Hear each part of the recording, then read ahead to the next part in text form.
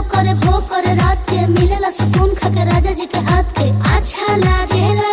कमर ककरी से भइल काटा हरावा हो गलिया लागेला जान टमाटरावा हो गलिया लागेला जान टमाटरावा हो। कहे तोर गए तुझको मैं पार करना अपने खाला पहले हम के खिया करना तबे भइल बा कमरिया मोर चाह कर